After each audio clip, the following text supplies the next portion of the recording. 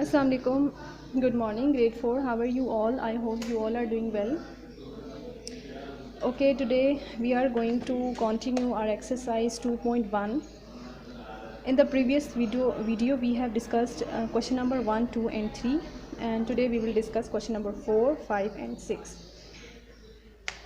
Question number 4. One project required 45033 hours of labor, while another project required 12780 hours of labor. How many hours of labor are required to complete both projects? Okay, the statement says कि आपके पास एक project है, उसको complete करने के लिए आपको इतना टाइम चाहिए, इतने आवर्स चाहिए, and another project requires this number of hours. ठीक है, दो प्रोजेक्ट्स हैं, एक को कंप्लीट करने के लिए इतने आवर्स चाहिए एंड सेकंड प्रोजेक्ट को कंप्लीट करने के लिए इतने आवर्स आपको चाहिए.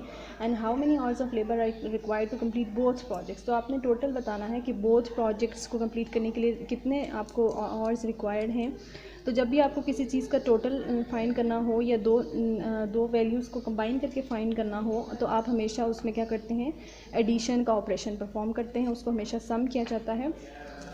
तो सबसे पहले आप इसकी स्टेटमेंट को इस तरीके से लिख सकते हैं, project 1 requires this number of hours and project 2 requires this number of hours. Total अगर आपको फाइंड करना है, ठीक है, टोटल जब आपको फाइंड करना है तो आप दोनों प्रोजेक्ट्स के जो आवर्स हैं, ठीक है, उनको आप लिखेंगे और प्लस करेंगे. 3 में 0 प्लस करेंगे 3 आएगा.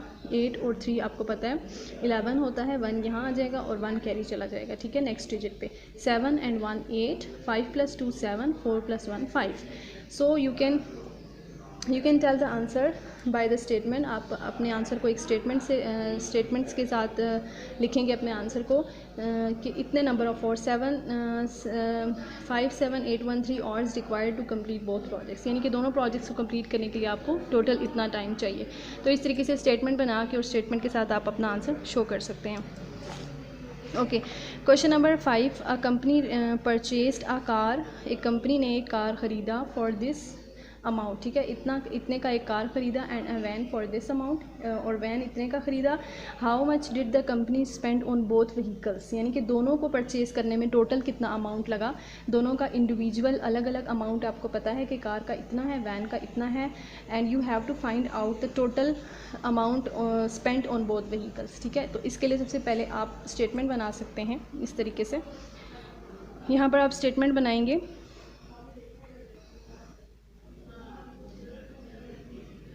ठीक है, अमाउंट स्पेंट ऑन कार,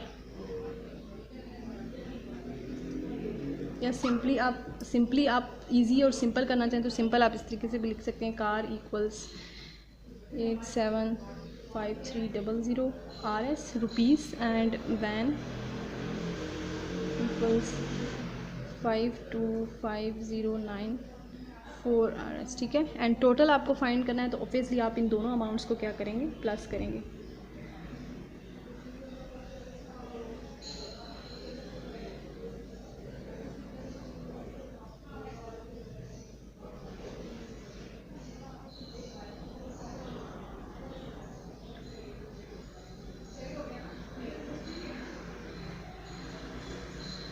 तो ये देखें क्लास, दोनों का आपने अमाउंट लिख दिया. उसके बाद आपने इन दोनों को इंडिविजुअली प्लस करना है. 4 में 0 प्लस होगा तो ऑब्वियसली 4, 9 में 0 प्लस होगा तो 9 रहेगा, 3 में 0 प्लस होगा तो 3 रहेगा, 5 5 10 0 यहाँ 1 कैरी, 7 8 9 एंड 10 0 1 यहाँ कैरी, 8 एंड 5 13 एंड 1 14. तो टोटल आपके पास ये अमाउंट आ गया है.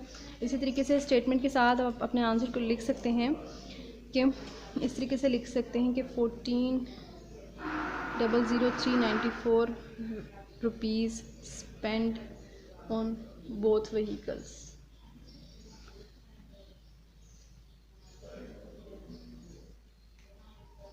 Okay class, question number 6. 2 containers loaded on a truck weight this and this. 2 containers हैं, ठीक है, उनको ट्रक पे 2 कंटेनर्स जो हैं वो ट्रक पे उनको लोड किया गया है. तो उन दोनों का इंडिविजुअली वेट बताया हुआ है कि this and this one respectively what is the total weight on the truck. तो दोनों चीज़ों का ऑब्वियसली अलग अलग से आपको वेट पता है. तो आपने टोटल ट्रक के ऊपर अगर 2 कंटेनर्स लोड किए गए हैं तो उन दोनों का अलग अलग से वेट आपको बता दिया गया है. तो टोटल ट्रक के ऊपर कितना वेट है वो आपने फाइंड करना है. तो दोनों दोनों वेट्स को आप क्या करेंगे, ऐड कर देंगे, प्लस कर देंगे, तो टोटल वेट आपको पता चल जाएगा कि ट्रक पे टोटल कितना वेट है, कितना लोड है। ठीक है क्लास। सो इस क्वेश्चन को आप खुद से सॉल्व कर लें स्टेटमेंट बना के। ठीक है, आंसर भी अपना स्टेटमेंट से शो करें। This was all about today's lecture. In the next video we will start inshallah exercise 2.2. Thank you all and have a good day.